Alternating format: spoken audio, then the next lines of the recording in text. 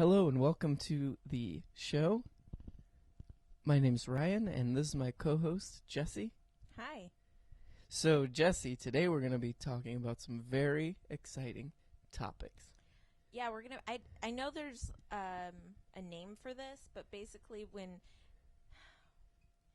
like, you know the expression "don't throw the baby out with the bathwater." No, but I take your word for it. I don't know what that means, but it comes from something in history. Okay. Everything Okay, this is what we're really getting at. Everything comes from something. Don't be so arrogant to think that things didn't happen before you were born on this earth. This is what it means. People think today that, like, you go to Target and you're just like, oh, this towel is just here for me, Yeah, like guess it's just what? A bloody-ridden child, with bloody fingers, sewed that towel and then they bleached it afterwards so that you wouldn't see the blood. They bleached off that blood. The kid was bloody ridden.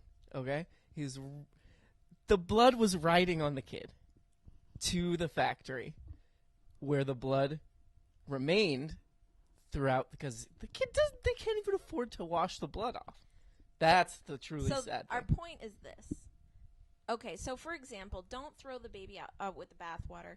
In olden times, everybody would take a bath in the same tub of water, and at the end of it, this is for real, at the end of it, the water was so murky, and they would bathe the baby last. For some reason, they would be like, okay, now the infant who can die so easily of diseases needs to go into this gray, sludgy water.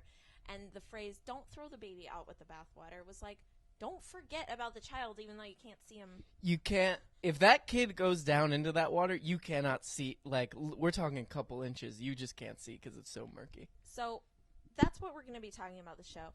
Things that you use or you see every day that, hello, they mean something. They came from something. somewhere.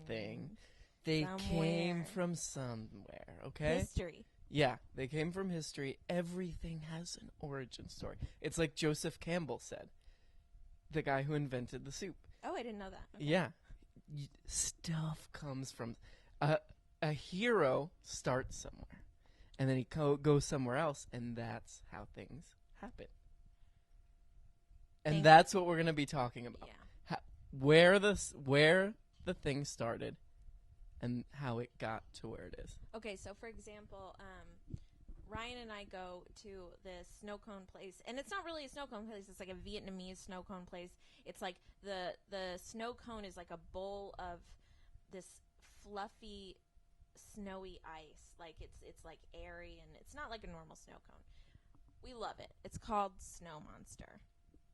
They have free Wi-Fi. It's very chilly in there. They do a special thing with the ice and the fruit and the syrups, and we like it. Guys, if you can convince your kids and your spouse to go, just go to Snow Monster. Yeah. Okay? No matter where you live. It's freaking summer. Just do it. Okay, but this is what we're going to talk about first. Delightful in winter. So this is what we're going to talk about. Not a lot of people know this, Ryan, but snow cones actually, for normal everyday Americans in their Subarus or whatever, in their hats, they go and they get a snow cone, and it's like a novelty item. It's like it's a fun little treat. Well, guess what? That fun little treat that you're about to chomp your greedy little mouth in, swallow down your gullet. You're about to sink your dirty little greedy teeth into. It comes from something very tragic. That's right. When back in the olden times, and that's okay. See, we're going back again to the old. We want you to remember that the olden times. Yeah, history, mystery. Mm-hmm. Okay, so back in the olden times, poor people. I'm sorry to interrupt, but can we? When we say olden times, we're talking about around the time of the Sphinx, right? So I mean, I guess I don't know a whole lot about that, but okay. Well, I will say when I was at Columbia University, which is what I call. Did you go there? It's what I call Wikipedia. I read that around olden times typically refers to the Sphinx time. Okay. Okay. Well, in olden times, people were so poor. People aren't poor like this anymore. Keep in mind, people don't starve anymore. Like, okay, for us in the U.S. Western Hemisphere, poor is like I have 2 Xboxes and I have a flat screen TV in my bathroom. Yeah. It's like, what? Yeah. That's not, you know? Yeah. Come on. So, and you know what? All over the world, poor is just not what it used to be. Poor used to be something tragic. It used to be something gritty. Okay, so these poor people in the olden times, they had nothing to eat. They didn't have a pot to piss in. They would take a rolled up old dirty newspaper, right, and make it into a cone. Mm-hmm. Okay, and they would barefoot waddle into the snow, so hungry that they would go and scoop up the snow, the dirty, yucky snow, and eat it. And this is actually really kind of inspiring in a way because these people were eating filth snow. Filth snow. Okay, this... And they loved it. They loved it. You know what? And they didn't love it, but they appreciated it. They hated it. They appreciated it. They hated it, but they appreciated it. And they said to themselves, you know what? We are eating filthy snow that a horse stepped on with its hoof, okay? Right. But we're still going to have the respect to put it into a cone. Yeah. Even if that cone came from a newspaper. But it's all we have. It's all we have, and the ink from the newspaper is leaking into the snow. And it makes it taste all metallic and gross. But yeah. What are you going to do? Do you know the taste when you lick your you get a cut or something and you're like, "Oh, I'll lick it." And it's like a weird irony. That's what they're. You do that a lot. I do that. I kind of like on purpose do that. Yeah, you get a weird pleasure out of it. I get a weird pleasure out of that. But that's what their snow cones are tasting like. Bloody if you fingers. Can imagine. Now, what happens in cases like this are rich people, okay, upper class people, reappropriate the things that poor people are doing, like it's what's the word I'm looking for? Like it's cute. Like, oh, that's cute what they're doing, that newspaper in that snow. Like, they seem to be really enjoying that. Hey, guess why they're enjoying that? Because they haven't eaten in 4 days. Yeah. And they can't feel any of their limbs, and they're dying of gangrene. And these people... And sphinxes. These elites were it was so disproportionate, the wealth, okay? That they're like, we're tired of eating, lion meat off of and rubies. This is the sick thing about these times. Rubies The olden times when the Sphinx was being built, people would be eating lion meat off of a lion. Okay? Right. They would pay no respect. No respect. They would pay people to train the lion to be still while they would eat another lion like off top. Like the naked sushi thing? Yeah. It was like that. It was just like that. It was like that. So what they did is they would take clean snow and they would pour something like really decadent, like maple syrup on it or something of that nature. And they took clean paper to make the cone. And what else happened, Ryan? Because I feel like then the poor people saw that and they were like, whoa, that's a snow cone. They were like... We wish we had that. Yeah, they would say, you know what? It was all they had and the rich people took it, is what I'm saying. Exactly. And then the thing is, like, the poor people started saying, you know what? Snow cone is ours. We're going to take it back. And guess what the rich people did? What? Oppressed them. Yeah. They oppressed them. Indentured servitude. Yeah, they were like, any... Oh, you want this snow cone? You have to pay 10 galleons for it. Yeah, exactly. And they were like, we don't have that. So then it became this snow cone blacklisting thing where they were trying to scrub out any dissenters who were standing up against the snow cone adoption from the rich people. So what would happen is they called this pee-holing. And what they would do is if they found somebody talking about how the poor people invented the snow cone, they would go out to the woods and dig a hole and pee in it and push the poor people into it. I remember you telling me that. Yeah. And I almost couldn't even believe my ears because these days, modern times, You cannot even conceive of that kind of torture. Yeah. Like, torture to me is, when torture to you, I feel like when is my pillows just don't fall right underneath my back. Or you're like watching a Chopped episode that you've seen before, and you're like, "This is torture. I already know who's gonna win." You can hear my dog barking. Yeah. There are other things that have a past.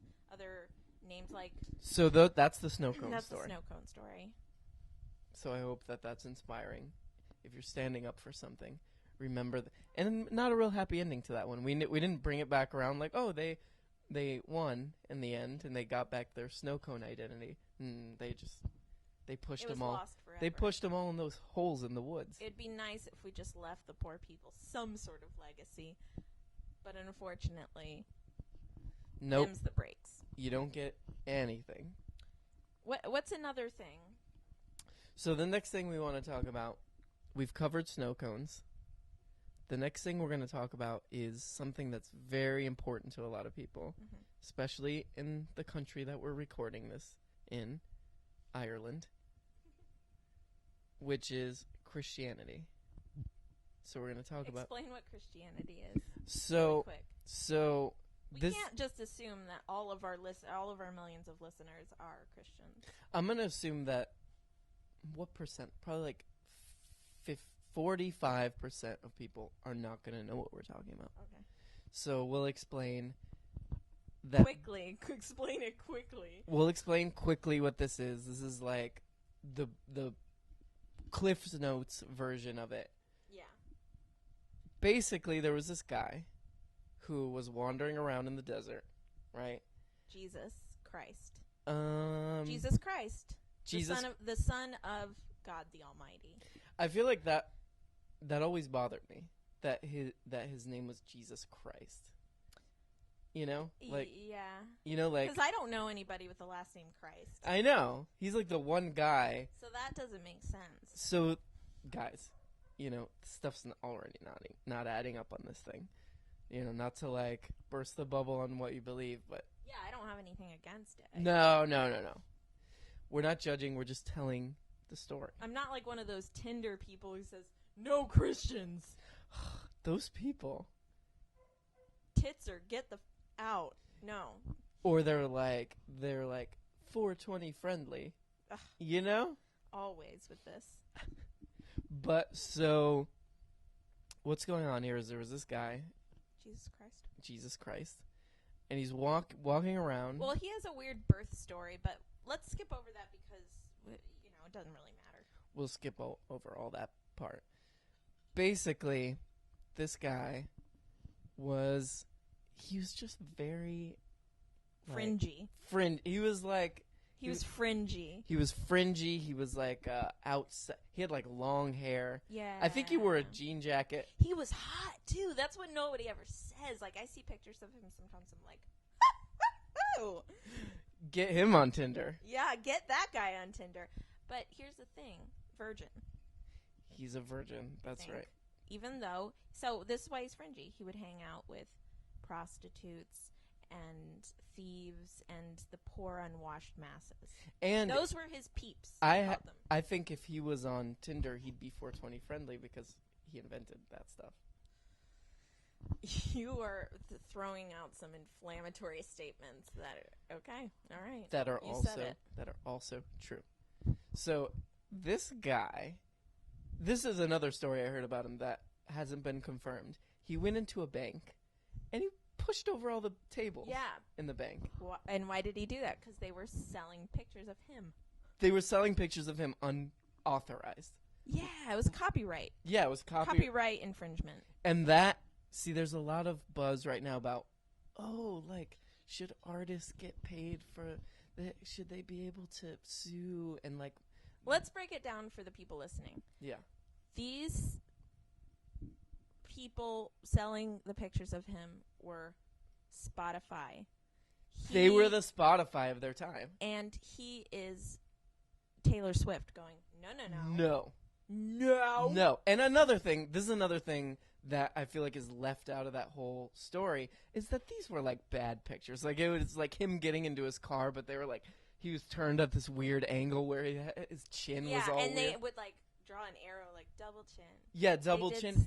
Commentary stuff that wasn't nice. Yeah, and they would draw like a wiener like near him. It's like it was in poor taste, and not only was it unauthorized, but it was foul. Yeah, and basically this is the story that I heard. He goes into the bank, and another thing, you guys, why are they selling pictures of Jesus in a bank? They just like assume. Well, that people are taking out money, people putting in money. It kind of makes sense. But anyways, they get them where he pushes over the tables. Yeah. Anyways, let's cut this down really quickly. Well, okay, one more thing. This is the kind of guy he was. He kicks over the table. The pictures are on the floor now, and he goes and he points at one of the people who was selling them. And he goes, "Pick him up." Yeah. He was like kind of a, like he has a reputation as a nice guy, but he was very stern. He was stern. Like he could switch like really quick, especially if you disappoint him. He's one of those people that goes, "I'm not mad, I'm just disappointed." Yeah, and he's also like if he's hungry, he gets angry. He's like one of those type of people. And he calls it hangry. And I'm getting the hangries. Yeah. So have you ever been hangry, but you're not?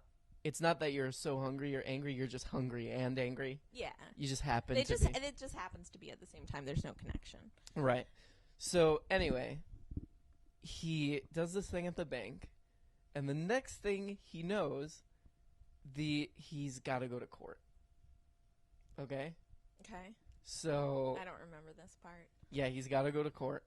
And the thing about court back then is that unlike court today, where you go and you're like, you have a lawyer and stuff, back then they'd just be like, we don't like this guy's long hair.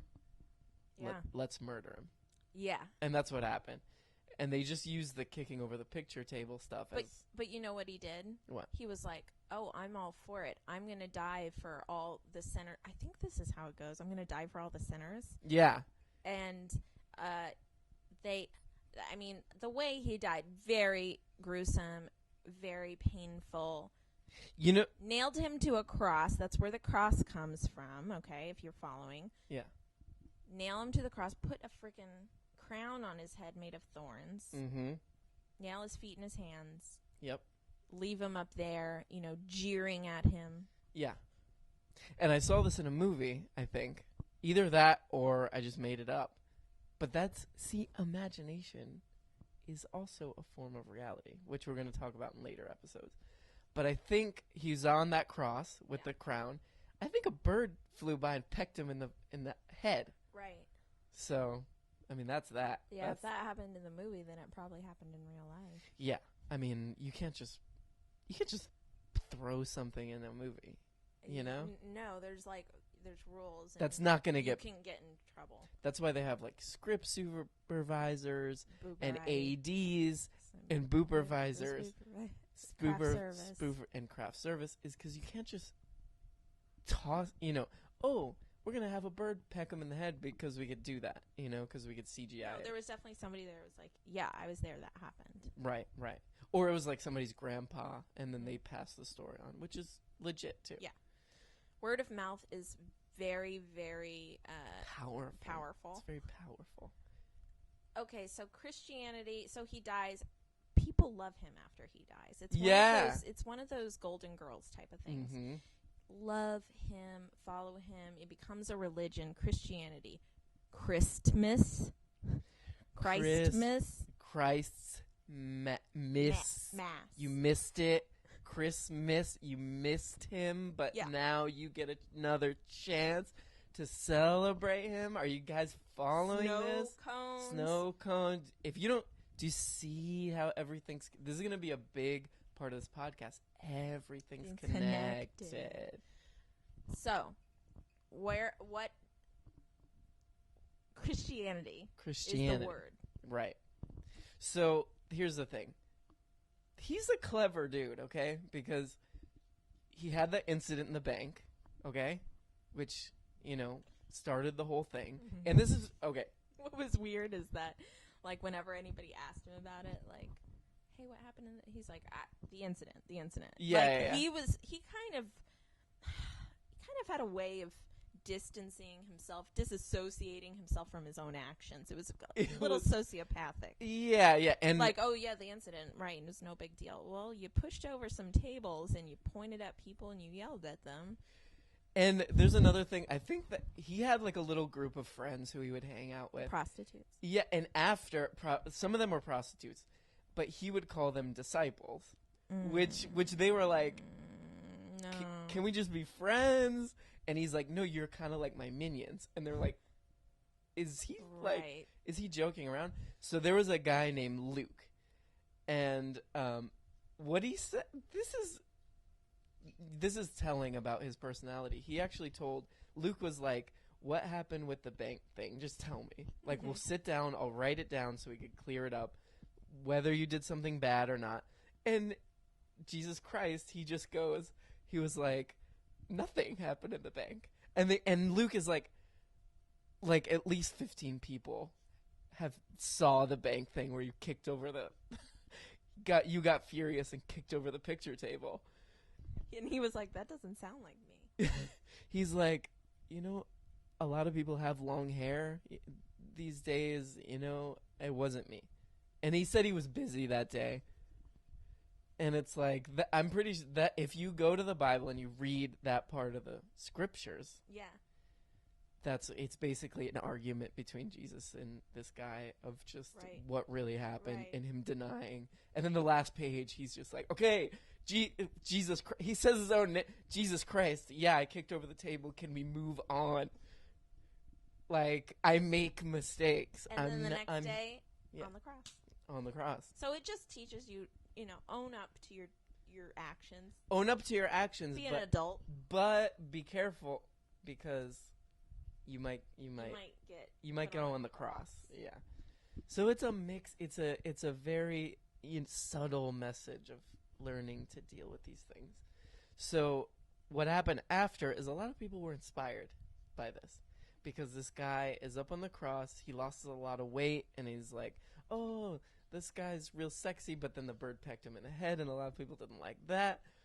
But it's kind of like an extreme weight loss type of thing. Like, you have those shows now, like Biggest Loser. It was like one of those. It was really inspiring to see this guy who really took charge of his health. And yeah, exactly. And he's willing to go to kind of like these lengths of being out in the sun for a long time and getting sand in his mouth, which this is another thing I want to talk about.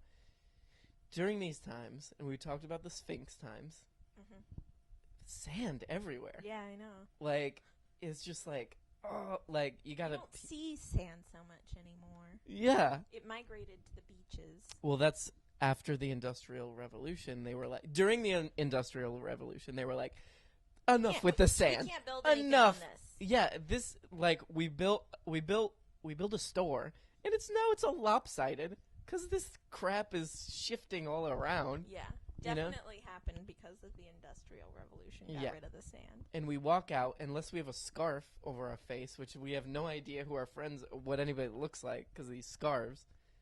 We're getting sand all in our in the middle of our teeth, in the in-between part of our teeth. You know? It sounds like a nightmare. It's gritty,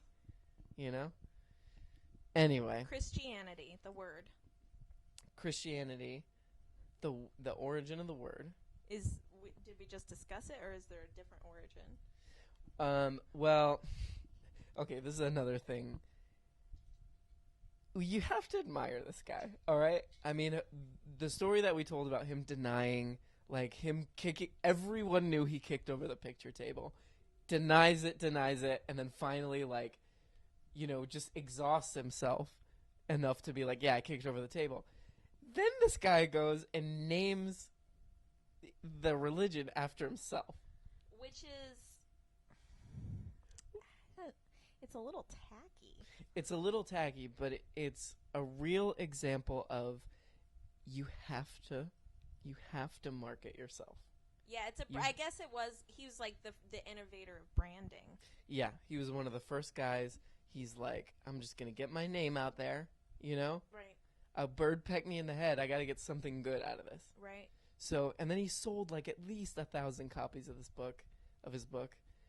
Which, by the way, he didn't even write. Right, he got other. Well, that was. I mean, that's smart. Farm it out, to your disciples and stuff. Yeah, I mean, he was a real innovator in outsourcing, in weight loss, branding, sand, fashion. I mean, if you, I mean, I still see people today, on Tinder dressing like him. He refused to wear a shirt a lot of the time. Like Fine by me. Like the guy from Red Hot Chili Peppers. Yeah. Who later came and he was like, well, I'm going to just adopt that. So, guys, check his book out. If you go to Amazon.com and put in our coupon code for our podcast, you can get like 20% off. Yeah. On that one. The bill. Yeah. So we got another topic we want to talk about. One more word. That word is, well, you probably are familiar with it. Most of you probably have it if you live inside of a home and you're really lucky. It's called the window blind. Okay, so we've covered snow cones, Christianity, the religion, and now we're moving on to another very important part of modern life, which is the window blind. Window blind. Very innocuous product. Nobody really thinks about the window blind. They're grateful for it because it blocks out the sun and peeping toms. But where does it come from? Where does the name window blind come from? And part of why we wanted to talk about this is because, like we were talking earlier about the towels at Target, where people just think like, oh, this just appeared here. Grow up. You need to grow up and quit thinking that towels just come out of nowhere. Okay? Is that the window blind something you walk by every day? Okay? Right. And you're just like, I don't give a shit about that. I don't care. Like, I'm too busy with my Twitter. I'm too busy with my Twitter. I'm too busy with my LinkedIn and my OkCupid. Well, guess what? It's fucking important. Okay? Yeah. So get your head out of your butt. Thanks for saying all that, Ryan. Okay. Because it's not like you're welcome. People are just not grateful for the things around them anymore in a very on a cellular level. Now, something like the apple, everybody's like, "Oh, I love apples. I love them. Well, guess what? The apple grew on a tree. Towels didn't grow on trees. Window blinds didn't grow on trees. Snow cones didn't grow on trees. It's ridiculous. It's ridiculous. That apple just fell into a basket and appeared in the supermarket. Nothing happened. Yeah. No, this is the definition of entitlement society. Okay. This is the world that we live in. Okay. People, what they do is they say, yeah, and it's like, you know what? You can't just say that. So, what we want to go into is we're gonna go back. We're gonna rewind. We're gonna go to the Industrial Revolution, where we're coming. It's connected. We're coming back. Are we going all the way back to the Sphinx stuff? No. Hell no. Hell no. Because they didn't have window blinds back then. You guys, they draped things, but anyways, here's the point. Window blinds. Back during the Industrial Revolution, there were soot. Soot was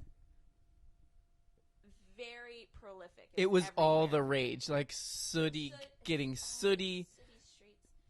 Yeah, like a kid with a Newsies like hat. Extra. Yep, he was giving out those newspapers.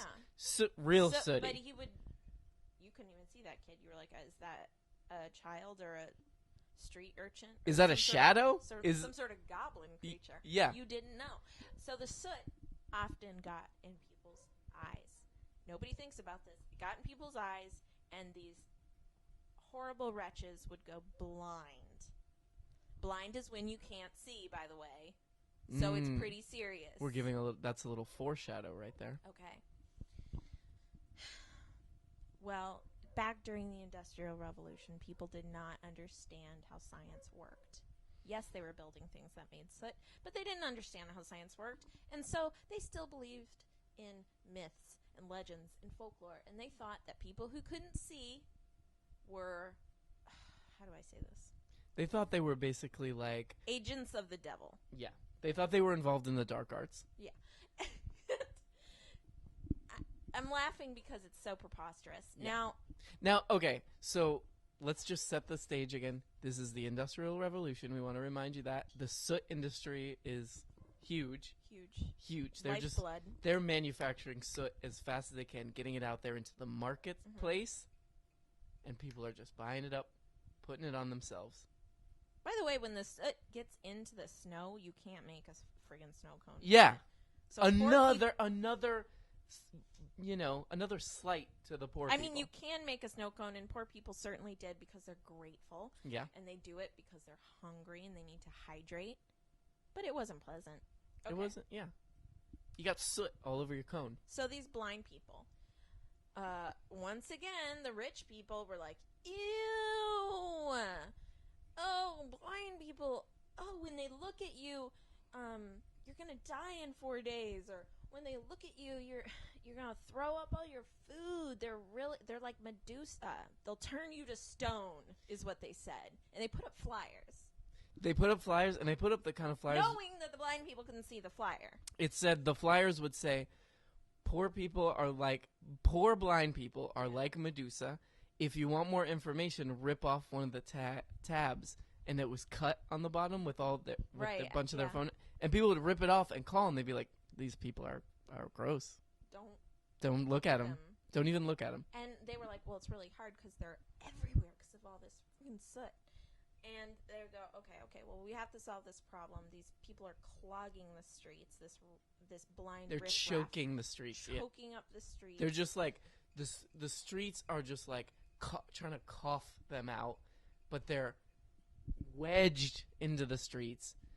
They're just like clogging, like they're like hair, like a bunch of hair and matted soot and dirt in the streets. So what they did was they took them to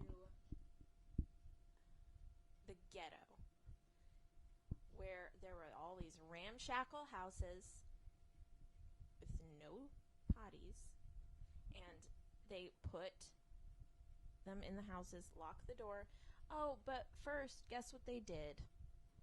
Can you guess? Take a wild stab at this one.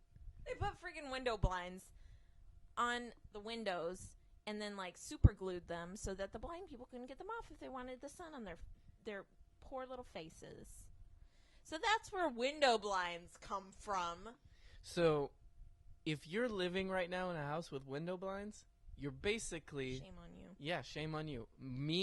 Where we live, we took them all... Once we read this, we took them all down, okay? Because we're not part of that whole system. We're not part of the blind industrial complex. You guys. Yeah. It's an oppressive system that still exists today.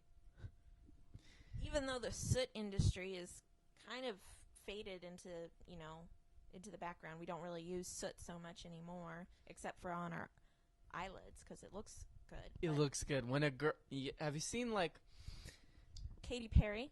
Katy Perry. She uses a lot of soot on her She's eyes. got those sooty eyes, but it's like gold. It's harder to get now because the supply is so low. It costs more. So soot is like $1,000 an eye now. Yeah. And only like dancers like Katy Perry can afford it. Yeah, she's a dancer. She's a dancer. But when a woman has those sooty eyes, I'm just like, wow. There's something about that she looks like she just crawled out of like a soot hole or whatever, and it's very cute. Fancy women. Yeah. Is what I call them. Yeah. Fancy women. Fancy women. With those sooty eyes. Do you think you'll ever become a fancy woman? I don't know if I can now that I know everything that I know about soot. But maybe we can find an alternative. Yeah. With a less sad, pitiful past. Yeah. I mean, and we have to be honest about where this soot's coming from and what they do. And, this is upsetting to a lot of people. And I hate to tell you this if you're involved in buying soot, but just so you know where it's coming from, what they do is they make cats go down into a mine very deep, where there's like lava, and then the soot gets on the cats, and they get it off the cats, you guys. They're getting it off the cat's fur, and they're putting it on their eyes. And then they send the cats back down Yeah. into the lava mine thingy. Yeah, they go basically in a circle. So And they're just like, well, yeah, just, and one time a guy, like, he had just started working there, and he was shocked. And he goes, well, how many times do I send the cat down? This cat looks like it's getting pretty sick. And you know what the foreman said? Until it's dead. Thanks for joining us. Think about that. Podcast. Thanks for joining us. We're sorry. We're really sorry to end on that note, but you know, you need to know. Yeah, you need to know. I'm not gonna, sugarcoat this stuff. We're not gonna sugarcoat this stuff because this is history. This is everything we said tonight is factual. Yeah. And you know, the next time you see a cat in your neighborhood, just think that little guy could have been, 200 years ago. He could have been, he had they put a little harness. Little soot gremlin. He could have been a little soot worker. They put a little harness on him, tie it to a rope. They go down a line, filing down there, one after another, getting soot on their fur, so that dancers, okay, like Catherine Perry, and who else? Christian. There we go. All connected, you guys. Right. Okay? So think about that. And I think she even loves cats. Man. I guess we need to get a hold of her somehow. Yeah. So on the next show, we're going to be talking about 3 different subjects. If you have a word that you're curious about or a phrase that you're curious about, send it our way, because this is our passion. We don't have an email set up yet, okay? So let's do this. Just write it down. Yeah, somewhere. Write it down, and then when we get an email, put it on my Facebook page. Put it on our Facebook page. Well, you guys have a good afternoon, and we will see you on the next podcast.